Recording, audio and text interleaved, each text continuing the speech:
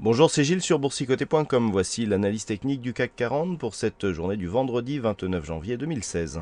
Avec une séance quelque part qui confirme l'orientation haussière de ces derniers jours, puisqu'après une ouverture en hausse, on a eu une petite hésitation ici en revenant chercher le support, et puis finalement on revient ici alors au contact donc de la partie haute du biseau, on peut même dire qu'on est en train de le casser, et de cette zone de résistance oblique ici, qui définit donc la tendance court moyen terme. On parle de cette tendance-ci. Donc on voit ici que l'attaque est relativement intéressante et confirme le biais haussier. Maintenant, il ne manque plus qu'à transformer. Alors, sachant que c'est le week-end, sachant qu'il peut se passer beaucoup de choses et qu'on pourrait, dans l'éventualité où on ouvre ici sur un gap, le symbole serait assez fort puisqu'on aurait donc deux ruptures de trendline qui seraient assez intéressants à interpréter. Du point de vue des indicateurs, donc nous avons une continuité dans la configuration puisque le RSI continue à remonter, idem pour le stochastique, tout cela est soutenu par le MACD qui confirme la dynamique haussière, avec une légère hausse des volumes, donc on invalide le petit signal que nous avions eu hier, à savoir ici cette phase de baisse avec des volumes qui commençaient à monter. On invalide le signal puisque nous avons une séance haussière qui termine avec légèrement plus de volume que la séance précédente. Donc ça va dans le bon sens. Une volatilité inférieure à la moyenne, ce qui est tout à fait compatible à la poursuite d'un mouvement haussier. Donc on le voit, la configuration technique est relativement intéressante. On revient chercher ici le support rouge, la résistance rouge de la dynamique baissière. Et on est en train d'invalider ici le biseau qui est un biseau de consolidation, puisqu'il joue ici le rebond technique dans une tendance baissière.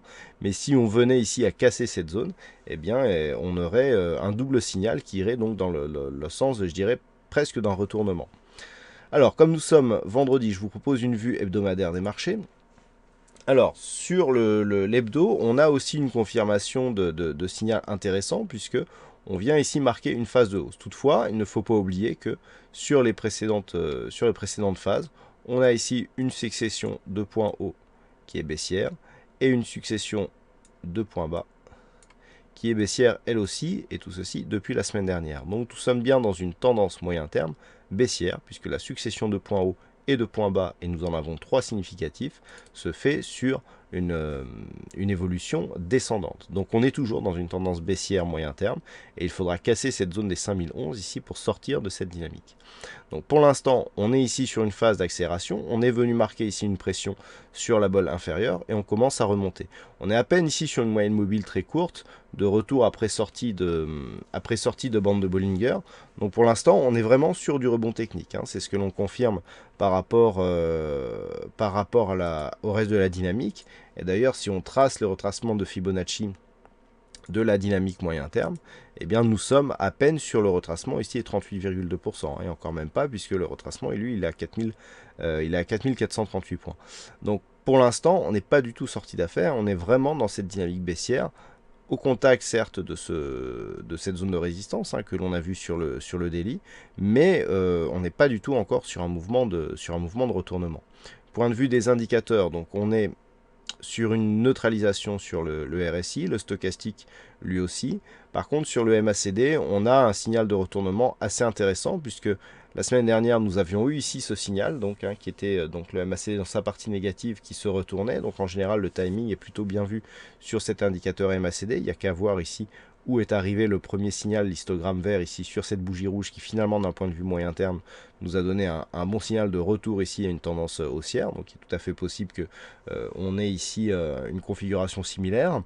Par contre, du point de vue des volumes, là c'est assez inquiétant. Sur la semaine, on a des volumes qui sont tout juste dans la moyenne, alors qu'on a ici cette ombre basse qui est assez intéressante, une bougie avec des ombres basses de la sorte avec des volumes supérieurs à la moyenne. Eh bien, on nous donne en général une probabilité supérieure d'avoir un retournement réussi. Là, pas du tout, ce n'est pas le cas, donc il va falloir faire attention ici de ne pas venir chercher des points d'invalidation. En ce qui concerne la volatilité, on baisse aussi légèrement. Alors, sur cette configuration weekly, on est donc en réintégration, mais on est à peine ici sur un retour après ce que l'on peut considérer comme une petite phase d'excès. Donc là, on a confirmé ce retour. Maintenant, il va falloir confirmer la poursuite du rebond par la cassure ici de cette zone des 4418 pour revenir au moins d'un point de vue moyen terme, rechercher la moyenne mobile 20 exponentielle. Vous voyez que même si on revient chercher la moyenne mobile 20 exponentielle, on est toujours dans une tendance baissière. Si on prend un petit peu si on s'éloigne un petit peu du graphe, le dernier contact avec la Vol Sup, il est ici sur cette bougie, donc du 8 mars, où nous avons ici eu un petit contact. Depuis, on n'a plus eu du tout de contact avec la bande de Bollinger supérieure, ce qui nous montre bien et ce qui confirme que nous sommes en tendance baissière, puisque dans le même temps, nous avons eu plusieurs contacts avec la bolle inférieure. Donc là aussi, ça nous confirme que nous sommes dans un biais baissier. Et donc, pour commencer à invalider la poursuite de ce mouvement, il va falloir au moins chercher ici cette moyenne mobile 20 exponentielle qui va continuer à descendre.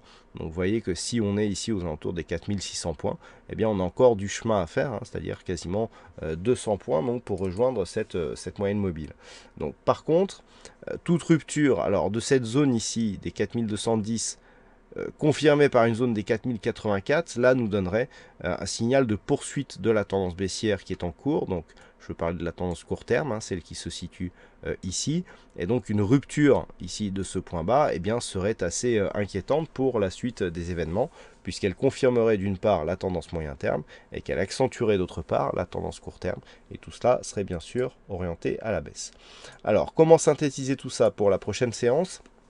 Donc, comme je vous l'évoquais au début de cette analyse, une rupture haussière ici sur gap par exemple de ces zones aurait une signification très importante puisqu'elle permettrait ici de valider une rupture en gap, donc en gap de rupture de cette tendance baissière, ce qui donnerait de la force et de la conviction ici à ce mouvement, auquel cas l'objectif serait rapidement la zone des 4496 points.